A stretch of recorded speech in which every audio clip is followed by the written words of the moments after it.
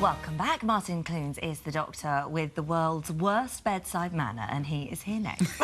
Yeah, he also can't find a camera. That's right after our two-card £20,000 prize draw. According to a report by the Office for National Statistics, the Cornish are in the top 5 when it comes to issues of happiness, life satisfaction and self-worth. So where did it all go wrong for Martin Clunes, belligerent character Doc Martin? After 11 years and 6 series, the medic with the worst bedside manner in the country remains as miserable as ever. That's a good cut down, isn't it? Is it quite liberating playing him and being like that? Because great. it's so... It makes me rather smugly smirking away at it. Yeah, because it's just, I think it's delightful to be so rude. Because I wouldn't dream To the of it. elderly, to children...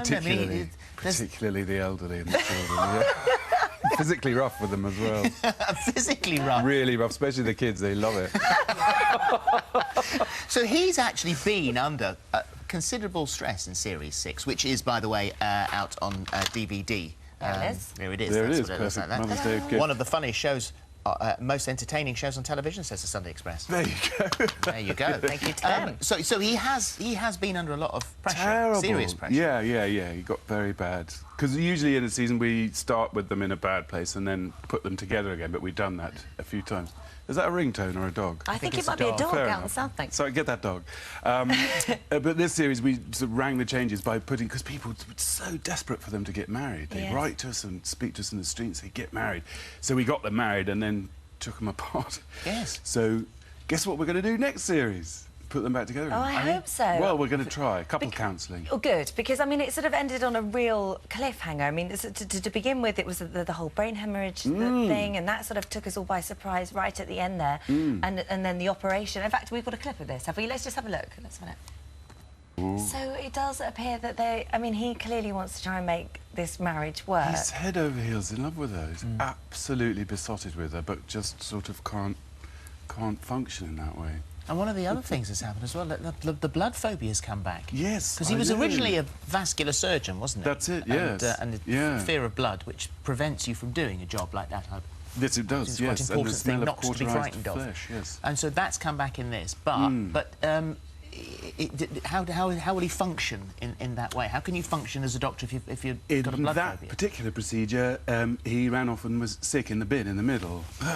But he's got to deal with that, because that was all in, and his mother comes, his father dies. It was quite tough, quite a tough season for him. But it's nice to see him. And you do it year on, year off, don't you? Yes, we do. Is this for you? Because your wife is a producer, so yes. Well, we sort of figured close. if we disappeared every summer holidays, Emily would never see us, and she's sort of grown up. She's 14 now, and she's kind of grown up while we've been filming this. Yeah. So it seemed a bit mean. Plus, it does give us a bit of breathing space. It gives Port Isaac, where we shoot it, a bit of a rest from us. Are they sick of the sight of you down there now? I think we have a mixed bag. I mean, we're quite good for people with businesses there, I think. That's what I was going to say, because isn't there a sort of Doc Martin tour that goes on? I heard that the other day, yes. I don't know who's organised that. Oh, you should go on that. You'll enjoy it. I might learn Quite like it. So you're saying that you being away from home is a bit of a nightmare, but I mean, you have spent... This has been a 3-year adventure for you with the Mugie, lion, which we were yes, discussing at the beginning, with Mugie, the lion. Yes. So we know that you were, as a child, inspired. You loved the movie Born Free. Yes. And there is a real connection here, isn't there? Yes, there is, yes. A huge connection. And it was a real treat for me. We wanted to make a film about a guy who worked and lived with George Adamson, rehabbing lions. And I don't know if you've ever seen that famous YouTube clip of Christian the lion. Oh, yes, where he recognises the man guys that's who used to rescued own. him. Well, they bought him in the 70s. 2 guys from Antique Dealers bought him from Harrods as a cub. And then he grew and he grew and he grew, and they panicked and they called Bill Travis, who played George Adamson in the film of Born Free. And Bill got in touch with the real George Adamson, and he said, OK, let's give it a go. And they rehabbed him, and he was the 5th generation born in captivity, this lion. And Bill made this lovely film called Christian the Lion, of which that's a clip. And they went back a year later, and he came pounding down that rock. Which is incredible. I've got it. It's an incredible And then George was murdered about 25 years ago, and the whole camp was burnt to the ground. And Tony has painstakingly rebuilt it stick for stick in this magical place. This is Tony Fitzjohn, the conservationist. Yes, in a cathedral-like place. You fly for hours across the canopy of the bush, and then there it is. Yeah, you see these rocks that are all around that's it. The new one that's there. the new one. That's one every boat. Well, because what I didn't realise was that you sort of elephants get more attention than lions do, if you like. That Yes, I didn't until we started doing it. It's because we are, and thanks to Prince William, we're all hearing about the statistics with rhino and elephant, and they've come to the fore. And for some reason, the numbers of lion populations haven't, and they're really dwindling. And yes. The human population of Kenya has increased God knows how much in the last 25 years. So that makes setting them free tricky as well. So it's changed so much. Is it 30,000 on the whole continent of Africa? It's nothing, I is know, it? it is really nothing, yeah. And there's all sorts of grizzlies. There's more tigers in California than India, it's all wrong.